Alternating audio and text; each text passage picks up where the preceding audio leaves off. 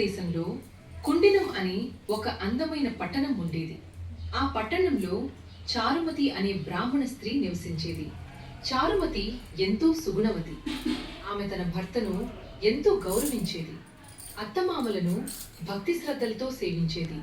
ఇంటి బాధ్యతలను ఎంతో ఓర్పుతో ప్రేమతో నిర్వహించేది.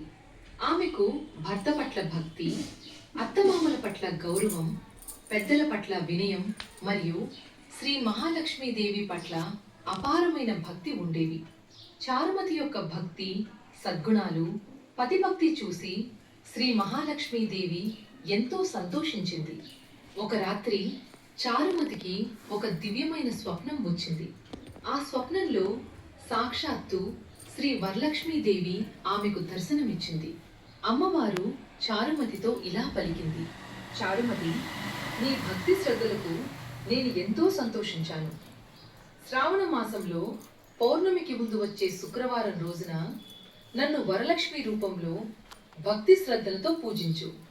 ఈ వ్రతాన్ని ఆచరించే వారికి సౌభాగ్యం, ఐశ్వర్యం, ఆరోగ్యం, సంతానం, కుటుంబ సుఖ సంతోషాలు కలుగుతాయి అని అమ్మవారు అనుగ్రహించి అంతర్ధానమయ్యారు.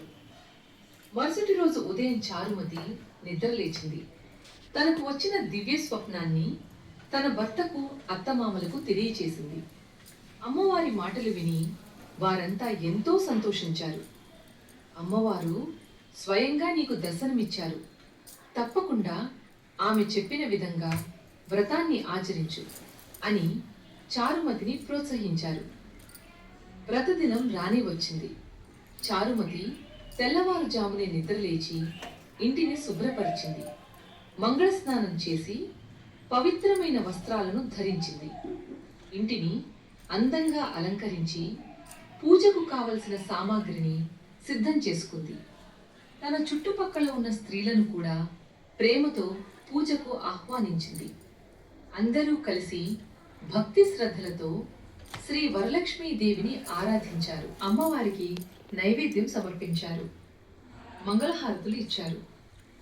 వరలక్ష్మీదేవిని స్తుతిస్తూ భక్తితో ప్రార్థించారు. పూజ పూర్తయిన తర్వాత చారుమతి మరియు అక్కడికి వచ్చిన స్త్రీలందరూ అమ్మవారికి ప్రదక్షిణలు చేయడం ప్రారంభించారు. మొదటి ప్రదక్షిణ పూర్తి చేయగానే వారి పాదాలకు అందమైన నూపురాలు ప్రత్యక్షమయ్యాయి. అందరూ ఆశ్చర్యంతో అమ్మవారిని స్మరించారు. రెండవ ప్రదక్షిణ పూర్తి చేయగానే వారి చేతులకు అందమైన బంగారు కంకణాలు ప్రత్యక్షమయ్యాయి. అందరూ భక్తితో వరలక్ష్మీదేవికి నమస్కరించారు. మూడవ ప్రదక్షిణ పూర్తి చేయగానే వారికి విలువైన వస్త్రాలు, ఆభరణాలు ప్రత్యక్షమయ్యాయి. ఆ స్త్రీలందరూ ఎంతో ఆనందించారు. అమ్మవారి కృపకు కృతజ్ఞతలు తెలుపుకున్నారు. వారి ఇళ్లలో ధనధాన్యాలు, ఐశ్వర్యం, సుఖ సంతోషాలు సమృద్ధిగా కలిగాయి. అయితే చారుమతి మాత్రం ఈ సంపదను చూసి గర్వపడలేదు. ఇదంతా నా గొప్పతనం కాదు, ఇదంతా శ్రీ వరలక్ష్మి అమ్మవారి అనుగ్రహం అని భావించింది. మరింత భక్తి శ్రద్ధలతో అమ్మవారిని ఆరాధించింది. అప్పటి నుండి శ్రావణ మాసంలో పౌర్ణమికి ముందు వచ్చే శుక్రవారం రోజున వరలక్ష్మి వ్రతాన్ని భక్తి శ్రద్ధలతో ఆచరించే సంప్రదాయం ప్రసిద్ధి చెందింది. ఎవరైతే భక్తితో, శ్రద్ధతో వరలక్ష్మీదేవిని పూజిస్తారో వారికి అమ్మవారి కృప లభించి సౌభాగ్యం, ఐశ్వర్యం, ఆరోగ్యం, కుటుంబ సుఖ సంతోషాలు కలుగుతాయని భక్తుల విశ్వాసం. అమ్మవారి అనుగ్రహంతో ప్రతి ఇంట సిరి సంపదలు వెల్లివిరియాలి. ప్రతి కుటుంబంలో ఆరోగ్యం, ఆనందం, ఐశ్వర్యం నిండాలి. అందరి జీవితాల్లో సుఖశాంతులు కలగాలి.